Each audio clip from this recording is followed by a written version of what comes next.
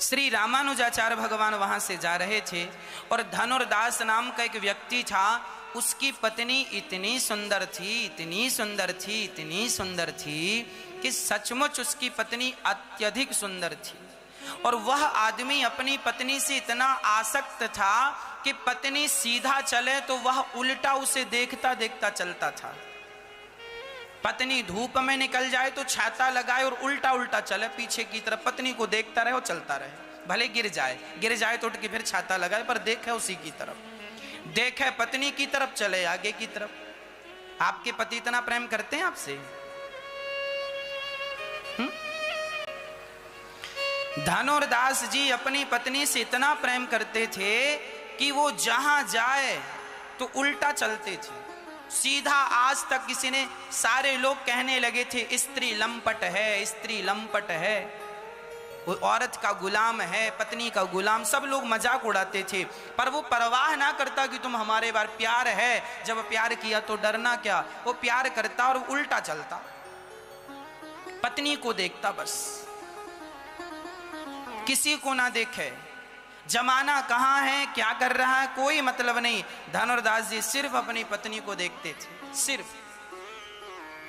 एक दिन वहां श्री रामानुजाचार्य जी वहां से गुजरे, है ना। वहां श्री रामानुजाचार्य जी जब वहां से गुजरे और रामानुजाचार्य जी की दृष्टि पड़ी, देखिए हीरे की जो कदर होता है ना, वह जौहरी जानता है। हीरा पड़ा है, इसकी कदर कौन जानेगा? जौहरी। तो ये आदमी बड़ा प्रेमी था। रामानुजाचार्य जी ने देखा, लोगों से कहा भाई ये कौन है, ये उल्टा क्यों चल रहा? बोले महाराज ये अपनी पत्नी से बहुत प्रेम करता है और पत्नी को देखता ही चलता है उल्टा, एक पल के लिए। लोग कहते हैं कि जब पत्नी सोती है तो ये उठ के बैठ जाता है और उसे सोती हुई को देखता रहता। ऐसा धनुर्दास जी ऐसे थे। और अब रामानुजाचार्य जी ने देखा कि ये उल्टा चल रहा, पकड़ लिया, ए यहां आओ। अब उसे पकड़े तो वो रुके ही ना।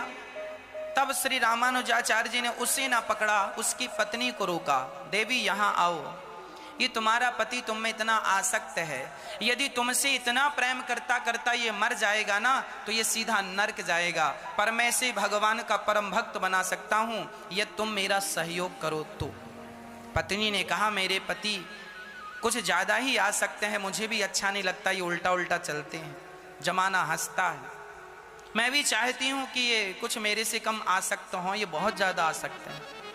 तब कहा रामानुजाचार्य जी ने, कल एक काम करना कि इनको रंगनाथ भगवान के पास लाना।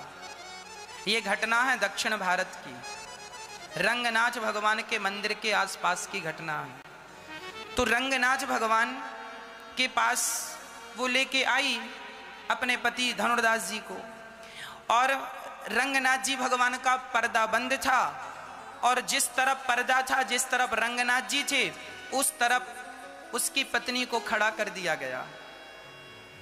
पत्नी ने भगवान की तरफ पीठ कर ली, और स्वाभाविक था कि ये पत्नी को सामने से देख रहा था तो ये भगवान की तरफ मुंह था, पर भगवान का पर्दा बंद था और ये पत्नी को देख रहा था। तभी रामानुजाचार्य जी ने इशारा किया कि जैसे ही पर्दा खुले तुम थोड़ी देर के लिए बैठ जाना, और जब बैठ जाओगी तो इसकी नजर भगवान पर, इससे लाख बार कहें कि भगवान को देख, तो ये भगवान को देखता ही नहीं था, ये पत्नी को ही देखता था।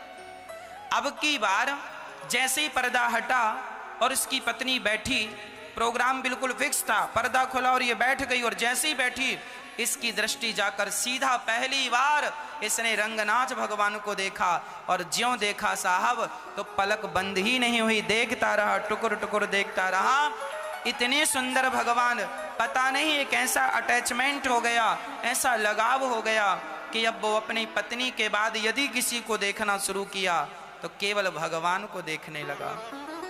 रामानुजाचार्य जी ने पूरी बात बताई, बेटा ये भगवान है, जितना तुम पत्नी में आसक्त हो, जितना तुम पत्नी को देखते हो, इतना भगवान को देखने लग जाओगे तो तुम्हारा लोक परलोक दोनों बन जाएगा। और मुझे पता है कि तुम ये काम कर सकते हो, क्योंकि तुम प्रेम करना जानते हो। यदि तुम पत्नी से प्रेम करना जानते हो तो तुम भगवान से भी प्रेम कर लोगे, मुझे पता है। जो आदमी छोटी मोटी कार चलाता हो वो बड़ी कार भी चला सकता है, हाँ या ना? जो बढ़िया से साइकिल चला सकता है वो मोटरसाइकिल भी थोड़े से अभ्यास से ही चला सकता है, हाँ? सही बोल रहा हूं क्या मैया? यदि मुझे साइकिल चलानी आती है बढ़िया, तो मोटरसाइकिल में थोड़ा सा फंक्शन समझ लूंगा कि कहाँ गियर लगाना है, कहाँ एक्सीलेटर है, थोड़ा सा समझ में आ जाए तो चलाने लगे। उसी प्रकार तुमसे प्रेम करना आ गया यदि अपनी पत्नी से, अपने परिवार से, तो क्या करना? पत्नी के स्थान पर भगवान को बिठा देना, कल्याण हो जाएगा, भगवान से प्रेम हो जाएगा। यही प्रेम है। और धनुर्दास जी इतने बड़े भक्त बन गए कि उनकी कथा इतिहास के पन्नों में सुनहरे अक्षरों से दर्ज कराई गई। बड़े उच्च कोटि के साधक थे, उच्च कोटि के भक्त थे। ऐसे परम भक्त, परम भागवत श्री धनुर्दास जी महाराज। बाद में ये पति पत्नी दोनों को रामानुजाचार्य जी ने दीक्षा दी। और एक बात बताएं, रामानुजाचार्य जी ने भगवान का पुजारी धनुर्दास जी को बना दिया। अब जितने पुजारी थे सब बोलने लगे, महाराज आपने तो गलत किया, स्त्री लंपट को भगवान का पुजारी बना दिया, ये तो गलत हो गया।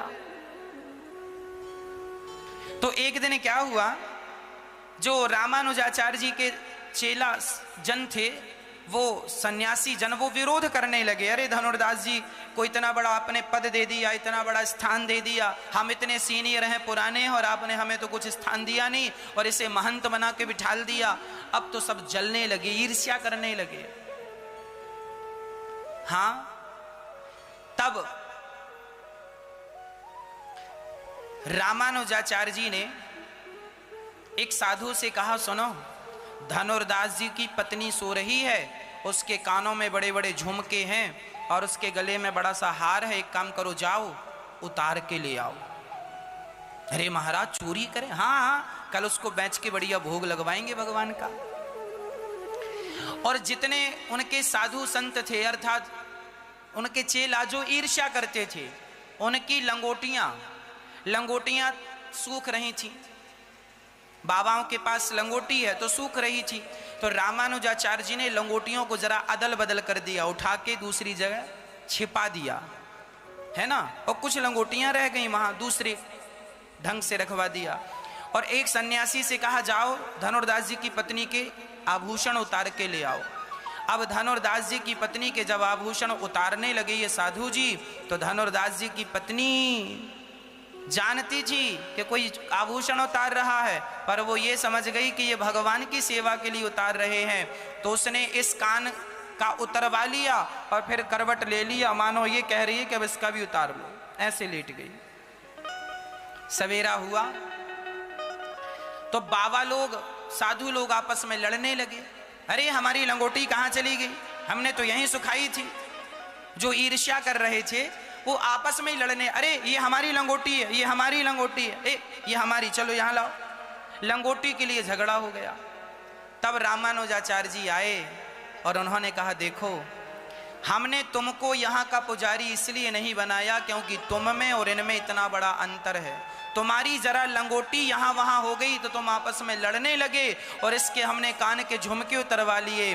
तो इसने तो आकर के कह दिया अपने गुरुजी श्री रामानुजाचार्य जी से, सारी ज्वेलरी लेके आई और चरणों में रख के बोली, महाराज कल यहाँ से कोई आपका शिष्य गया था कान के झुमके उतारने, हमें लगता है रंगनाथ भगवान जी की सेवा में कोई कमी हो गई, तो मैं सारा सोना लाई हूँ प्रभु, मेरा सोना यदि सेवा में लग जाए तो इससे बड़ा सौभाग्य क्या होगा। तब रामानुजाचार्य जी बोले, देखो एक ये है जिसका त्याग इतना बड़ा है कि सोना चांदी भी समर्पित करने को तैयार है, और एक तुम हो के लंगोटी गुम हो गई तो लोग लड़ने झगड़ने को तैयार हो, इसलिए हमने तुम्हें अधिकारी ना समझ करके धनुर्दास और धनुर्दास की पत्नी को अधिकारी समझा है। तब से रामानुजाचार्य परिवार में, रामानुजाचार्य संप्रदाय में गृहस्थ लोग ही, इसमें भी दो डिपार्ट हैं, यहाँ गृहस्थों की भी पीठ है, रामानुजाचार्य में अधिकाधिक गृहस्थों की पीठ है। यहाँ गृहस्थ में रहकर भगवान की सेवा करना सबसे श्रेष्ठ माना गया है। जो रामानुजाचार्य परिवार है, रामानुजाचार्य संप्रदाय है, यह श्री संप्रदाय है और इस संप्रदाय में गृहस्थ में रहकर भगवान की पूजा करना सबसे श्रेष्ठ माना गया है। किस में रहकर? गृहस्थ में रहकर। रामानुजाचार्य जी गृहस्थ नहीं थे, पर उन्होंने शिष्य जो बनाए वह गृहस्थों को बनाकर यही कहा कि तुम गृहस्थी में रहकर, संसार में रहकर, संसार से मन को हटाकर पूर्ण रूप से मन रंगनाथ भगवान में लगाओ, भगवान के हो जाओ, भगवान के बन जाओ। श्री धनुर्दास जी को भगवान रामानुजाचार्य जी ने गृहस्थ दीक्षा दी और दोनों को भगवान अपना शिष्य बनाते। अर्थ यही निकला कि हम साधु हैं या गृहस्थी हैं इससे फर्क नहीं पड़ता, हम भगवान से प्रेम कितना करते हैं इससे फर्क पड़ता। यदि हमने सब छोड़ दिया और सब छोड़कर भी हम भगवान से प्रेम ना कर पाए तो सब छोड़ने का अर्थ क्या है? और सबके बीच में रहकर ही यदि हमने भगवान से प्रेम कर लिया तो यही तो सबसे श्रेष्ठ है। राम ही केवल प्रेम प्यारा, केवल प्रेम करना सीखो। इसलिए भगवान प्रेम, मोहन प्रेम बिना नहीं मिलते, चाहे कर लो कोटि उपाय। मोहन प्रेम बिना नहीं मिलते। रामानुजाचार्य परंपरा में साधु दीक्षा भी है, सन्यास दीक्षा भी है। यहाँ पे सन्यास दीक्षा भी है और गृहस्थ दीक्षा भी है। गृहस्थ भी आप रहकर रामानुजाचार्य परंपरा में रह सकते हैं और सन्यासी बनना है तो भी इस परंपरा में आप सन्यासी बन के भी रह सकते हैं, पर विशेष महत्व यहाँ गृहस्थों का है। इसलिए आप सभी गृहस्थी हैं तो गृहस्थ में रहकर सदाचार का पालन करते हुए, सबके बीच में रहते हुए केवल भगवत चिंतन करते रहे। इसी से हम सबकी गृहस्थियां सफल हो जाएंगी और सार्थक हो जाएंगी। श्री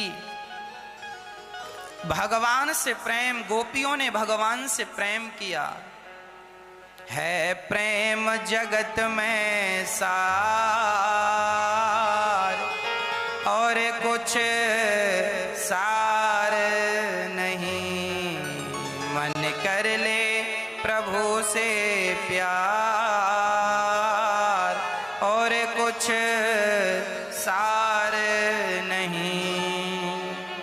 जब श्री कृष्ण वृंदावन छोड़कर जाने लगे तो गोपियां यही कह रही हैं,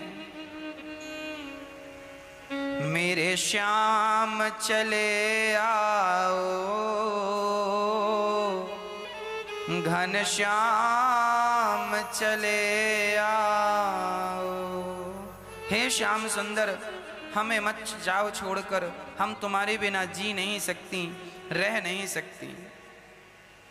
जब प्राणों की स्थिति ऐसी होगी कि मानो प्राण निकल जाएंगे, गोपियां तड़पने लगीं कृष्ण वियोग में। अब तो मानो प्राण निकलने की स्थिति में है। जब भक्त तड़पता है ना तो भगवान भी तड़पने लगते हैं। तब भगवान श्री कृष्ण ने उद्धव जी से कहा, उद्धव जाओ मेरी गोपियों का जरा हाल देख कर आओ और मेरा एक संदेशा लेकर जाओ, उन्हें अच्छा लगेगा। उद्धव जी बोले, अभी जाता हूं। उद्धव जी जब पहुंचे वृंदावन तो वृंदावन का शांत वातावरण देखकर उद्धव जी को समझ कुछ नहीं आया। ज्ञानी व्यक्ति थे ना उद्धव जी। वृषणीनाम प्रवरो मंत्री कृष्णस्य दयितः सखा, शिष्यो बृहस्पते साक्षात उद्धवो बुद्धि सत्तमा। बहुत बड़े ज्ञानी थे उद्धव जी, पर भला ज्ञानियों को प्रेमियों की बातें समझ कहाँ आती हैं। जब उद्धव जी आए और वृंदावन का हाल देखा, सारे ब्रजवासी जहाँ बैठ जाएं सो कृष्ण की चर्चा करें। धन्य है ये वृंदावन, यहाँ चर्चाएं हैं तो केवल कृष्ण की, नाम है तो केवल कृष्ण का। इसलिए तो कहता हूँ कि भगवान से यही प्रार्थना करो कि मुझे ब्रज की रज मिल जाए। ये वृंदावन है, यहाँ उद्धव जैसे लोग ज्ञानी बनकर जब आए तो वह भी यहाँ आकर प्रेमी बन गए। उद्धव जी ब्रजवासियों को देखते हैं। एक ब्रजवासी कृष्ण की चर्चा कर रहे, सुनो, याद है कृष्ण हमारे संग गैया चराते थे, एक बार हम खेल खेल रहे थे, वो हार गए थे, तो उन्होंने हमें अपनी पीठ में बिठा करके घोड़ा बन के घुमाया था। सारे ब्रजवासी एक दूसरे से यही बात करते थे, कृष्ण की सिवाय कृष्ण के दूसरा कोई काम ही नहीं था, केवल एक बात, ओनली कृष्ण की चर्चा। कृष्ण के सिवा कोई दूसरी चर्चा थी ही नहीं। उद्धव जी आए, भैया क्या मुझे माता यशोदा का घर बताओगे? ब्रजवासियों ने कहा, आप कौन, आपका परिचय? उन्होंने कहा, मेरा नाम उद्धव है, कृष्ण का सखा हूं। जैसे ही कृष्ण का नाम सुना ब्रजवासी दौड़ पड़े, अरे आप कृष्ण के सखा हैं, जरूर मेरा कृष्ण भी आया होगा। रथ के चारों तरफ घूम घूम कर देखा पर कृष्ण का कोई पता नहीं। उद्धव जी ने कहा, भाई किसे ढूंढ रहे हो? हम अपने कृष्ण को ढूंढ रहे हैं। क्या वो नहीं आए? ना, वो तो मथुरा है। अच्छा तो बताओ हमारे लिए क्या भेजा है उन्होंने? बोली संदेशा भेजा है। क्या संदेशा है? बोले मैं माता यशोदा को बताऊंगा। बता दो घर कौन सा है? ब्रजवासियों ने कहा, ये जो जल की धार आ रही है, जिस तरफ से ये जल की धार आ रही है, जिस घर से, वही घर माता यशोदा का है, चले जाओ। चल पड़े उस जल की धार के संग संग संग संग।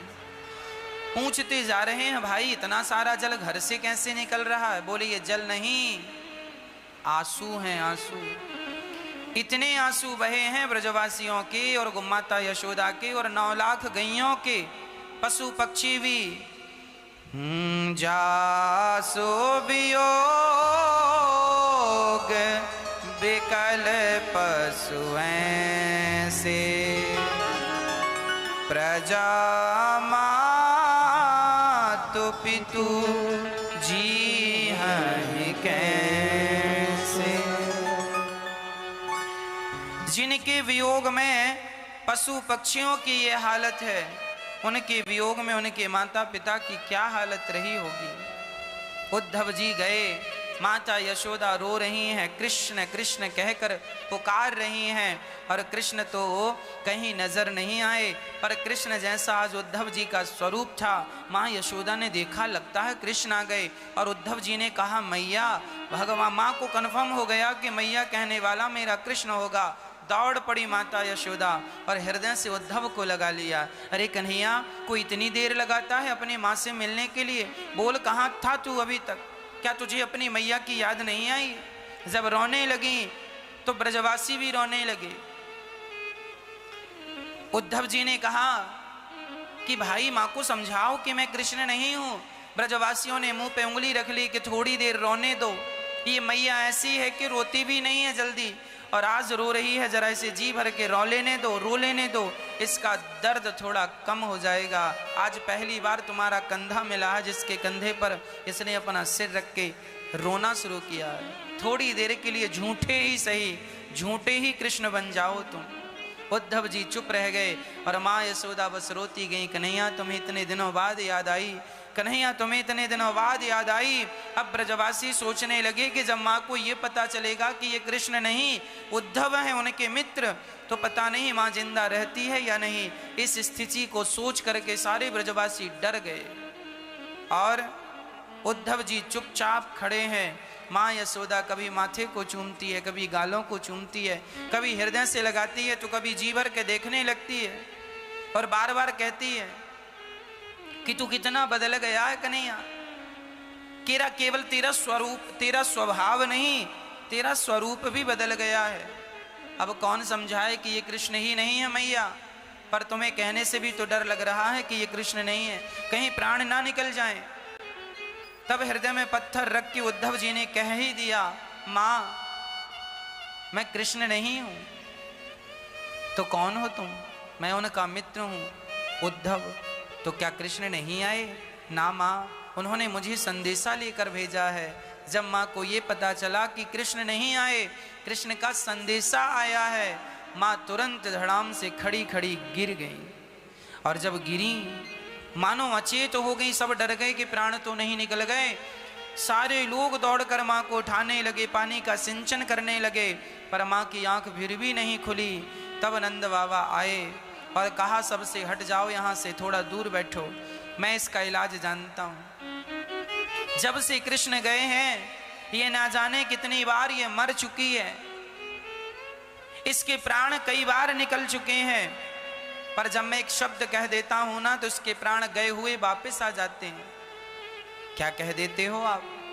कन्हैया, नंद बाबा ने यशोदा के कान में कह दिया, यशोदा यदि तू मर गई और कृष्ण आया और दूध मांगा तो उसे दूध कौन पिलाएगा? यशोदा, यदि कृष्ण आया और तू मर गई और वो मक्खन मांगा तो बोल उसे मक्खन कौन खिलाएगा? तो उसे मक्खन खिलाना है, उसे दूध पिलाना है। इसलिए माता यशोदा उठकर बैठ जाती थी कि मेरी जरूरत कृष्ण को कभी पड़ गई तो मैं कम से कम जिंदा रहूं। इसका तात्पर्य यही है कि यशोदा माँ यदि जिंदा थी तो कृष्ण के लिए जिंदा थी। जीना सिर्फ तेरे लिए, भगवान के लिए जीना तो जीना है, अरे संसार के लिए जीना तो जीना नहीं, मरना ही है। इसलिए माँ यशोदा ने अभी तक यदि प्राणों की रक्षा उन्होंने की तो केवल कृष्ण के दर्शन के लिए, केवल भगवान के लिए। इसलिए कहा करता हूं, इन आंखों की सफलता तभी है जब हम इन आंखों से भगवान का दर्शन किया करें।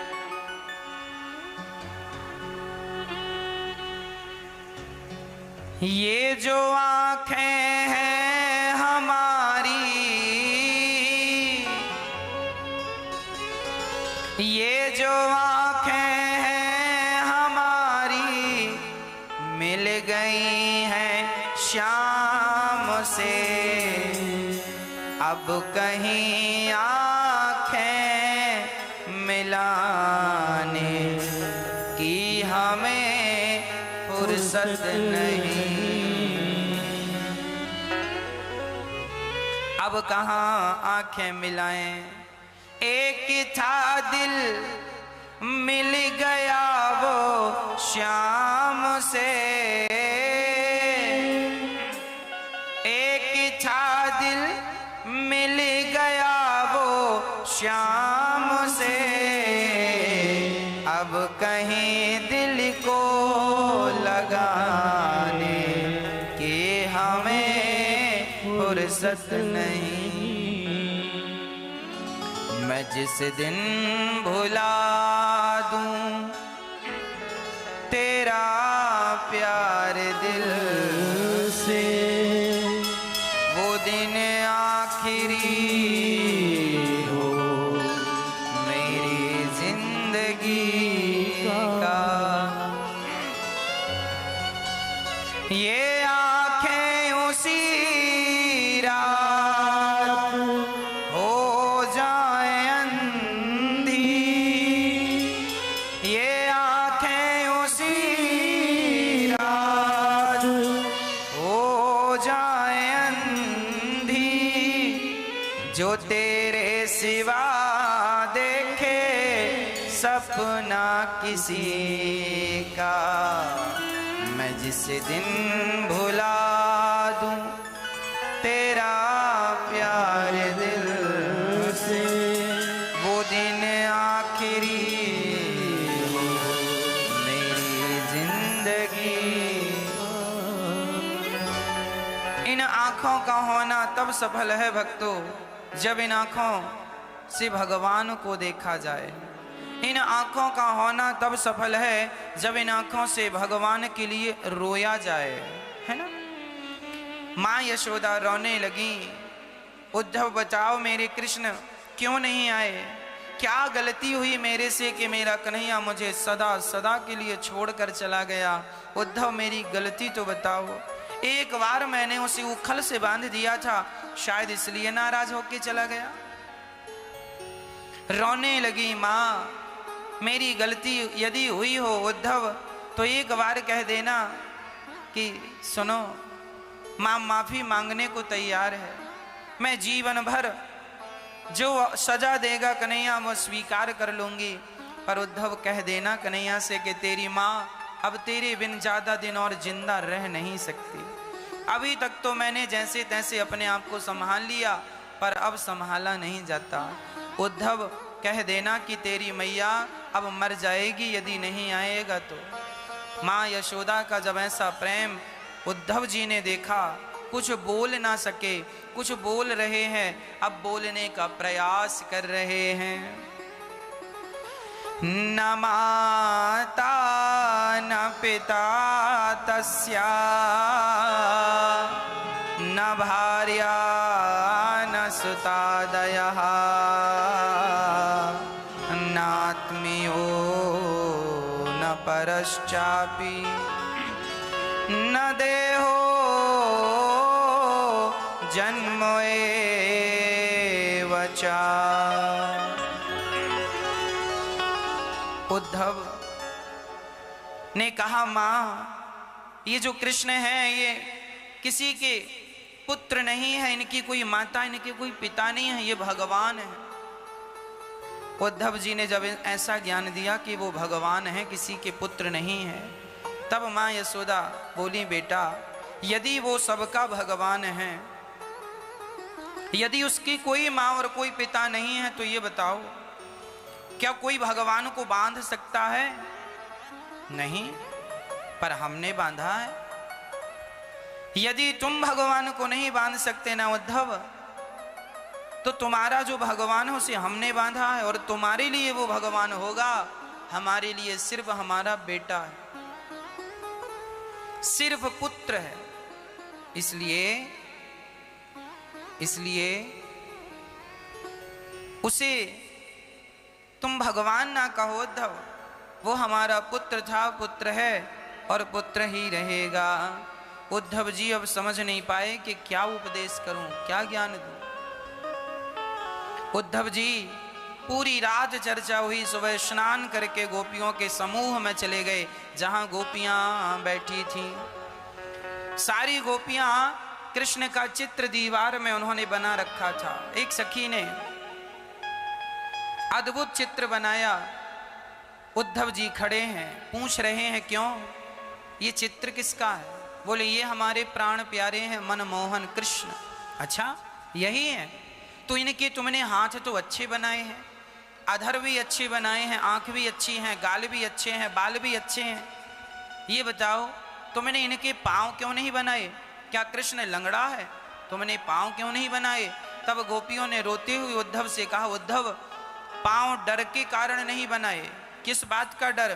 बोले जिस कृष्ण के पांव थे वो तो पांव से चलकर हमें छोड़कर चला गया, अब तो केवल तस्वीर के सहारे जिंदा है। और उद्धव कहीं हमने धोखे से तस्वीर के भी पांव बना दिए और कहीं ये तस्वीर भी हमें छोड़कर चली गई तो हम बेमौत मारी जाएंगी उद्धव, इसलिए हम चरण नहीं बना रहे। ऐसा प्रेम गोपियों का जब देखा तब गोपियों ने कहा, है प्रेम जगत में सार और कुछ सार नहीं, मन कर ले प्रभु से प्यार और कुछ सार नहीं। केवल प्रेम ही सार है और कुछ सार नहीं है। सच कहता हूं मेरी मां, उद्धव जी ज्ञानी थे और गोपियां प्रेमी थी। अब कोई कहे कि इन दोनों में बड़ा कौन है? ज्ञानी बड़ा है कि प्रेमी? भगवान ज्ञान को महत्व तो देते हैं, पर ज्ञान से ज्यादा महत्व प्रेम को देते हैं। इसलिए प्रेम भगवान से करना सीख लो। अच्छा, आप लोगों को प्रेम करना आता है कि नहीं? पहले तो ये कन्फर्म कर लो, आता है? आपने प्रेम किया है किसी से? बताओ, आज तक आप लोगों ने किसी से सच्चा प्रेम किया है? नहीं। यदि आपने प्रेम नहीं किया तो फिर ये आपके बस का नहीं, क्योंकि जो प्रेम जानता है वही तो प्रेम करेगा। अभी तक आप लोगों ने प्रेम किया कि नहीं किसी से? हाँ, किससे किया? किससे मैया? ना, इस दुनिया में सबसे पहले प्रेम भगवान से नहीं होता। सबसे पहले प्रेम बच्चे का अपनी मां से होता है। सबसे पहला प्यार, लोग कहते हैं ना, पहला प्यार हर बच्चे का, चाहे लड़की हो चाहे लड़का हो, सबका पहला प्यार उसकी माँ ही होती है। जमाने का प्यार दूसरे नंबर का होता होगा, पहला प्यार माँ। तो हमने माँ से प्यार किया, आप लोगों ने किया माँ से। फिर प्यार होता है पिता से, दूसरा प्यार पिता। फिर तीसरा प्यार होता है भाई से या बहन से, है ना? भाई है तो भाई से, बहन है तो बहन से। फिर प्यार होता है जब हम बड़े होते हैं तो हमें वस्तुओं से प्यार होने लगता है। ये हमारा खिलौना है, ये हमारा है, ये हमारा, ये हमारी वस्तु है। हमें वस्तुओं से प्यार होने लगता, प्रेम। और बड़े होते हैं, स्कूल जाते हैं, कॉलेज जाते हैं, कोई लड़की अच्छी लगी, कोई लड़का अच्छा लगा, तो फिर किसी लड़की या किसी लड़के से प्यार हो जाता है ना? प्यार हुआ, विवाह हुआ, उसके बाद जब आपका बेटा होता है या बेटी होती है तो प्यार उससे बढ़ जाता है, उससे प्यार हो जाता है। बच्चों से, माँ बाप का बच्चों से प्यार हो जाता है। फिर और बड़ा हुआ,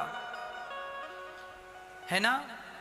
काम धाम चला, बिजनेस व्यापार चला, तो पैसों से ज्यादा प्यार हो गया, है ना? पैसों के कारण रिश्ते बिगड़ने लग गए, पैसों से ज्यादा प्रेम हो गया।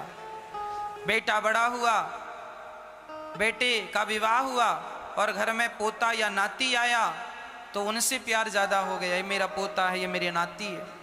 नाती पोतों से प्यार, मतलब सारी जिंदगी हम लोगों ने प्यार, ऐसा नहीं है कि हम लोगों से प्यार करना नहीं आता, हम लोगों ने प्यार करना सीखा है। ये एक बात बताएं, जैसे मछली को तैरना कोई सिखाता नहीं है, मछली को कोई तैरना नहीं सिखाता, वो जन्मजात तैरना सीखती है। पक्षी को कोई उड़ना नहीं सिखाता, वो जन्मजात स्वभाव से उड़ना जानते हैं। उसी प्रकार इंसानों को कोई प्रेम करना नहीं सिखाता, ये जन्मजात प्रेम होता है। बस ये प्रेम जो तुम्हारा संसार से है, यही प्रेम यदि भगवान से हो गया तो कल्याण हो जाएगा। ये प्रेम यदि भगवान से हो गया तो कल्याण होता है। पर विडंबना यह है कि हम सारी जिंदगी संसार के लोगों से प्यार करते रहते हैं, पर भगवान से जरा भी प्यार नहीं होता।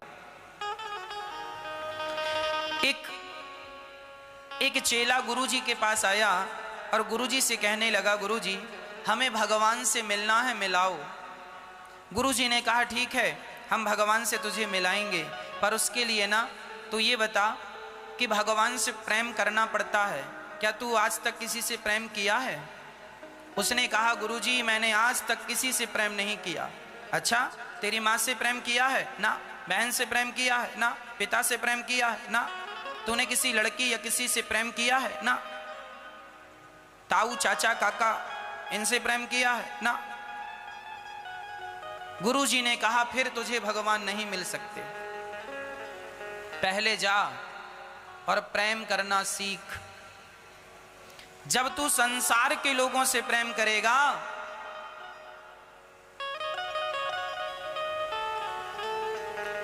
मेरे सामने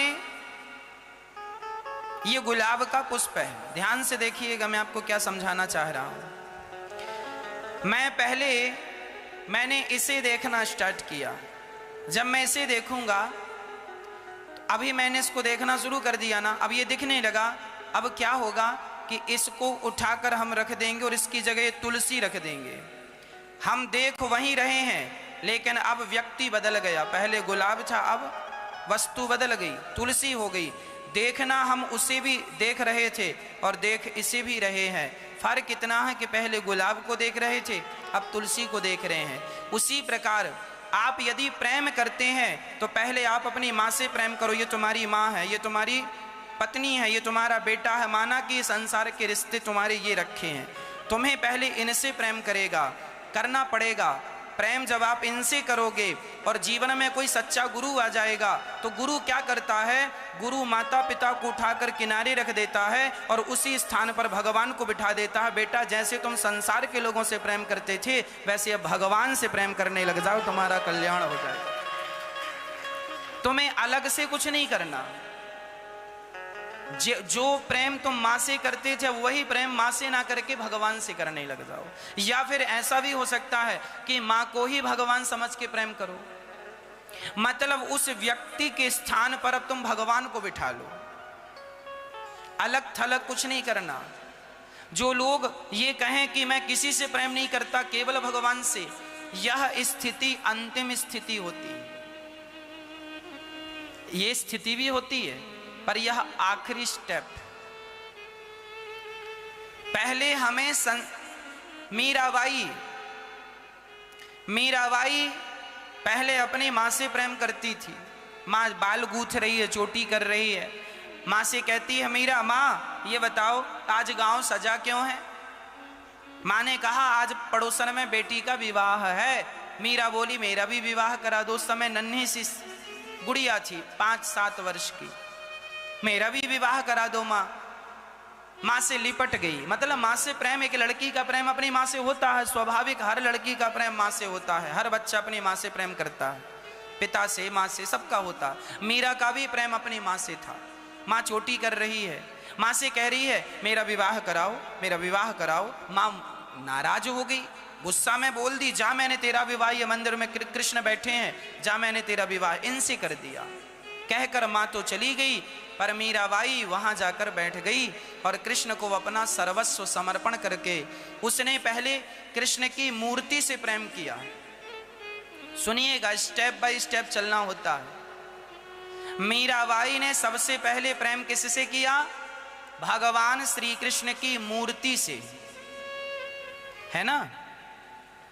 और मूर्ति से प्रेम करती करती करती करती उसकी स्थिति ऐसी हो गई कि वह अंत समय द्वारिका गई और द्वारिकाधीश के सामने रोने लगी, श्याम सुंदर अब कहीं तुम्हें छोड़कर जाना ना पड़े। और द्वारिकाधीश का मुख खुला और पूरी की पूरी मीरा द्वारिकाधीश के मुंह में समा गई। आज कहीं मीरा की समाधि नहीं है क्योंकि मीरा भगवान के मुख में समा गई थी। अच्छा, मीराबाई ने प्रेम किया था अपनी माँ से, फिर जितना प्रेम माँ से करती थी उससे अधिक कई गुना ज्यादा वो भगवान से प्रेम करने लगी। और प्रेम की स्थिति अब यह हो गई कि अब उनके सिवा फिर किसी से नहीं हुआ। अच्छा एक बात बताएं, आप पहले रसगुल्ला खाओ और रसगुल्ला खाने के बाद चाय पियो तो चाय आपको मीठी नहीं लगेगी। प्रैक्टिकल करके देख लेना, हाँ या ना। आप गुलाब जामुन खा लो, रसगुल्ला खा लो या मिठाई खा लो और उसके बाद तुरंत चाय पियो तो आपको लगेगा चाय में शक्कर कम है, जबकि चाय में शक्कर कम होती नहीं है। पर परिणाम क्या हुआ कि तुमने मिठाई खाई उसमें अधिक मीठा था और चाय जो पी रहे हो उसमें जरा कम मीठा है, तो वह कम। अच्छा रसगुल्ला ना खाए होते हो, सिंपल चाय पीते तो चाय तुम्हें अच्छी लगती, मीठी लगती, पर तुमने पहले रसगुल्ला खा लिया उसके बाद चाय तुम्हें फीकी लगने लगी। उसी तरह जब भगवान से तुम प्रेम कर लोगे तो उस प्रेम के सामने संसार के लोगों का प्रेम अपने आप फीका पड़ जाएगा, तुम्हें करने की जरूरत नहीं है। भगवान का प्रेम रसगुल्ले की मिठास की तरह है और संसार का प्रेम चाय के स्वाद की तरह है। चाय तो तभी फीकी हो जाती है जब व्यक्ति रसगुल्ले का स्वाद ले ले, रबड़ी का स्वाद ले ले। ये संसार के प्रेम का कोई आधार नहीं है, कोई अस्तित्व नहीं है। हाँ, पर एक बात जरूर बताता हूं कि प्रेम की शुरुआत संसार से ही होती है। सीखना तुम्हें यहीं से पड़ेगा। हम पहली बार काखा गाघा सीखने गए तो हमें ब्लैक बोर्ड में लिखकर ही बताया गया था ये का है, ये खा है, ये गा है, ये घा है। काखा गाघा ABCD लिख कर ही बताया। ये पहला स्टेप यहीं से गुजरना है सबको। 10वीं तक पहुंचना है, कक्षा 10वीं को पढ़ना है तो कक्षा पहली और कक्षा दूसरी से गुजरना ही पड़ेगा। कक्षा 5वीं और कक्षा 8वीं से बिना गुजरे कोई 10वीं तक नहीं पहुंचेगा, हाँ या ना। उसी तरह पहले माँ से प्रेम करो, पहले पिता से प्रेम करो, पहले संसार के लोगों को भगवान समझ के प्रेम करो। जब इनसे तुम ठीक ठीक प्रेम करना सीख जाओगे तो भगवान से भी प्रेम करना ठीक ठीक से सीख जाओगे। प्रेम करना सीखो, प्रेम करना। तुलसीदास जी इतने अच्छे प्रेमी क्यों हो गए? क्योंकि तुलसीदास जी अपनी पत्नी से प्रेम करते थे। जो अच्छा प्रेम करता होगा ना, वह अच्छा भक्त बन सकता है। आप लोग भगवान से प्यार करते हैं कि नहीं? हाँ मैया जी, ओ मैया, करती हो प्यार? भगवान से प्यार करना। अब तुम्हारी उम्र संसार से प्यार करने जैसी नहीं रही। अब किससे प्यार करना? सबसे करके देख तो लिया। शादी हो गई ना आपकी, बाल बाल सब पक गए ना, अब सबसे प्यार कर लिया आपने। अब किससे प्यार करना? अब ये संसार के झंझट में ना उलझो मेरी माँ। ये संसार प्रेम करने के योग्य नहीं है। ये संसार बड़ा स्वार्थी है। कल गौरी गोपाल वृद्धाश्रम में एक माँ आई और माँ बहुत रो रही थी। वो जानती हो क्या कह रही थी? महाराज, मैं अपने बेटे के बिना रह ना पाऊंगी, मैं अपने बेटे के बिना रह नहीं पाती, पर बेटा है कि मुझे रखने को तैयार नहीं। ये अपने बेटे के बिना नहीं रह पा रही है, रोती है मेरा बेटा, उसको याद आती है बेटे की। बेटे से इतना प्रेम है कि बेटे के बिना रह ना पा रही हैं, और बेटा है कि रखने को तैयार नहीं। तो वो माँ बहुत रो रही थी। उन्हें हमने समझाया कि माँ, आप तो प्रेम कर रही हो, पर वो आपको नहीं रखना चाहता। अब क्या करें इस स्थिति में? बस रोती जाती है, रोती जाती है, रोती। बस यही कहना चाहता हूं कि आपने जितना प्रेम बेटे से किया है, अब बेटे के स्थान में भगवान को बिठा लो और वही प्रेम भगवान से कर लो। इसी से हम सबका कल्याण है। पर माँ तो माँ है, वो प्रेम कर रही है बेटे से, और बेटा कहता है मैं तेरी शकल भी देखने को तैयार नहीं। तो संसार के लोगों से प्रेम करोगे तो एक दिन तुम्हें उसी के कारण, उसी प्रेम के कारण रोना पड़ सकता है। इसलिए वो माँ गौरी गोपाल वृद्धाश्रम में है और उन माँ की यहाँ सेवा हो रही है। हाँ, क्या करें, माँ जो होती है ना, माँ तो माँ होती है, और माँ के जैसा फिर कोई नहीं। माँ के जैसा सिर्फ माँ ही होती है। इसलिए गौरी गोपाल वृद्धाश्रम में माएँ हैं, और हमने सारी जिंदगी यही किया है, केवल प्रेम। प्रेम इन माँओं के रूप में, ये जो भगवान, हम इन माँओं को माँ ना समझकर हम इन माँओं के रूप में अपने भगवान को देखते हैं। ये भगवान है, और इनसे जो प्रेम है वह प्रेम माँ से नहीं, बल्कि माँ के रूप में बैठे भगवान से प्रेम है।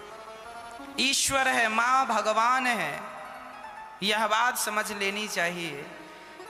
भगवान से, गोपियों से उद्धव जी ने कहा, क्या कर रही हो, रो क्यों रही हो? गोपियों ने कहा, कह के गया था आऊंगा, अभी तक तो आया नहीं। दूसरी कहने लगी, मत रो, कहा था आऊंगा, आएगा जरूर। जब गोपियों ने कृष्ण के लिए रोना शुरू किया और उद्धव जी महाराज कुछ कहने में असमर्थ हो गए, और जब ज्ञान की बातें करने लगे उद्धव, तब गोपियों ने कहा, हम प्रेम दीवानी हैं, वो प्रेम दीवाना।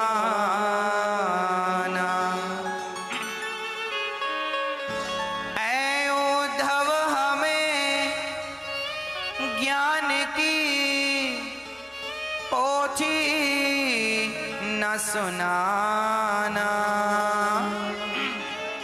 हम प्रेम दीवानी हैं, वो प्रेम दीवाना।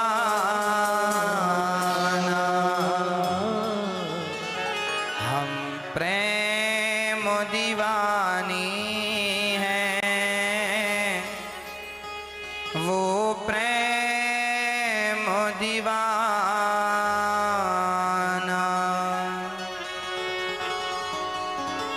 तन मन जीवन श्याम का, श्याम हमारा काम, रोम रोम में रम रहा वो मत वाला श्याम। इस तन में अब योग का नहीं कोई ठिकाना। ऐ उद्धव हमें ज्ञान की पोथी न सुनाना। उद्धव जी चरणों में गिर गए श्री राधा रानी के। वहां भंवरा आया, भंवर गीत हुआ। गोपियों ने कहा, श्री राधा रानी ने कहा, ए कपटी चली जाओ, मधुप की तब बंधो मास प्रशांघ्रिम सपत्निया। सारी गोपियां राधा रानी सहित राधा रानी ने कहा, ये कृष्ण जो है एक जन्म का नहीं उद्धव, कई जन्म का कपटी। भंवर साक्षात भगवान श्री कृष्ण भंवरा बन के प्रकट हुए और भंवर गीत गोपियों ने गाया और भगवान को आज गोपियों ने स्मरण किया। उद्धव जी गोपियों के चरण रज में गिर गए। माँ मुझे क्षमा कर दो, मैं बड़ा ज्ञानी बना घूमता था, पर आज समझ में आया कि ज्ञान मार्ग से भगवान तक नहीं पहुंचा जा सकता, और पहुंच भी गया तो खतरा ज्यादा है, जबकि प्रेम मार्ग सबसे श्रेष्ठ मार्ग है। भगवान को ज्ञान के बल से नहीं पाया जा सकता। अरे हम ज्ञानी भी होंगे तो कितने ज्ञानी होंगे। और एक बात बताऊं, जिस आदमी को ज्ञान ज्यादा होता है ना, उस आदमी को ज्ञान जितना हो उससे ज्यादा तो अहंकार होता है। हाँ, और जब अहंकार होता है, रावण क्या कम ज्ञानी था? रावण जैसा कोई ज्ञानी नहीं था, पर उसके ज्ञान का परिणाम यूं क्यों हो गया? क्योंकि उसे ज्ञान का अहंकार आ गया। मैं सबसे बड़ा ज्ञानी हूं, यही अहंकार व्यक्ति को नष्ट कर देता है। उद्धव को भी यह अहंकार था कि मैं श्रेष्ठ ज्ञानी हूं, और सच कहूं तो भगवान ने उद्धव जी को वृंदावन सिर्फ इसलिए भेजा कि इनके ज्ञान का जो अहंकार है वो जरा नष्ट हो जाए। ज्ञान का अहंकार नष्ट हो जाए, इसलिए भगवान ने इन्हें वृंदावन भेजा। ये ज्ञान बहुत अच्छा नहीं होता भक्तों, ज्ञान का अहंकार नष्ट कर देता है सब कुछ। इसलिए ज्ञान मार्ग जरा बंदर के बच्चे जैसा है। बंदर का बच्चा सदा अपनी माँ को पकड़ता है, और यदि इस पेड़ से उस पेड़ में छलांग लगाने में कहीं बंदर के बच्चे की पकड़ कम हुई तो बच्चे के गिरने की संभावना ज्यादा है। जबकि बिल्ली का बच्चा ज्यादा सिक्योर होता है। बिल्ली अपने बच्चे को भी 7 घर घुमाती है, तब उस बच्चे की आंखें खुलती हैं। और बिल्ली जब अपने बच्चे को लेकर जाती है ना, तो बिल्ली का बच्चा माँ को नहीं पकड़ता, बल्कि माँ अर्थात बिल्ली बच्चे को पकड़ती है। आपको पता है बिल्ली बच्चे को कहाँ पकड़ती है? उसकी गर्दन पकड़ती है। ये वही बिल्ली है, चूहे को पकड़ लेती है तो फाड़ डालती है, और बच्चे को पकड़ के दौड़ती है ना, तो बच्चे को जरा सी खरोंच नहीं आने देती। एक सज्जन ने कहा, महाराज भगवान तो भक्त को भी पकड़ते हैं, भगवान तो दुष्ट को भी पकड़ते हैं, अंतर क्या है? हमने कहा इतना ही अंतर है कि जैसे बिल्ली उसी मुंह से चूहे को पकड़ती है और बिल्ली उसे मुंह से बच्चे को पकड़ती है। चूहे को पकड़ती है तो फाड़ डालती है। जब भगवान किसी पापी को पकड़ते हैं ना और दंड देते हैं, नानी याद दिला देते हैं चूहे की तरह, और भगवान जब भक्त को पकड़ते हैं उसी हाथों से तो वैसे ही पकड़ते हैं जैसे बिल्ली अपने बच्चे को पकड़ती है। तो भक्त बनोगे तो भगवान बिल्ली बनकर बच्चे की तरह पकड़ेंगे, और पापी बनोगे तो भगवान बिल्ली बनकर चूहे की तरह पकड़ेंगे। पकड़ना उन्हीं को भी है, पकड़ना उन्हीं को ही है, पर वो 2 ढंग से पकड़ते हैं। जैसे बिल्ली 2 प्रकार से पकड़ती है। बिल्ली अपने बच्चे को पकड़ती है, बच्चा माँ को नहीं पकड़ता। अरे आप अपने बच्चे को घुमाने मेला ले जाएं तो आप ही बताओ कि आप अपने बच्चे का हाथ पकड़ेंगे या बच्चा आपका हाथ पकड़ेगा? यदि बच्चे ने आपका हाथ पकड़ा तो मेला में बच्चा कहीं भी आपका हाथ छोड़ सकता है, इसलिए माँ सावधान होती है और बच्चे के भरोसे ना रहकर माँ स्वयं बच्चे का हाथ पकड़ती है। वह बच्चा ज़्यादा सुरक्षित होता है जिसका हाथ उसकी माँ ने पकड़ा है, और वह बच्चा बिल्कुल सुरक्षित नहीं है जिसने स्वयं अपनी माँ को पकड़ा है। तो ज्ञानी अपने बल से भगवान को पकड़ता है और भक्त भगवान को पकड़ता ही नहीं, भगवान स्वयं भक्त को पकड़ते हैं। भक्त तो बिल्ली का बच्चा है और ज्ञानी तो बंदर का बच्चा है। दोनों में यही अंतर है। ज्ञानी बंदर के बच्चे जैसा है, जैसे उसने अपनी माँ को पकड़ा बंदर के बच्चे ने, और भक्त बिल्ली के बच्चे जैसा है जहां माँ ने बच्चे को पकड़ा, अर्थात माँ अर्थात कृष्ण हमारी माँ, और उन्होंने हमें पकड़ा है। हम क्या पकड़ेंगे उन्हें?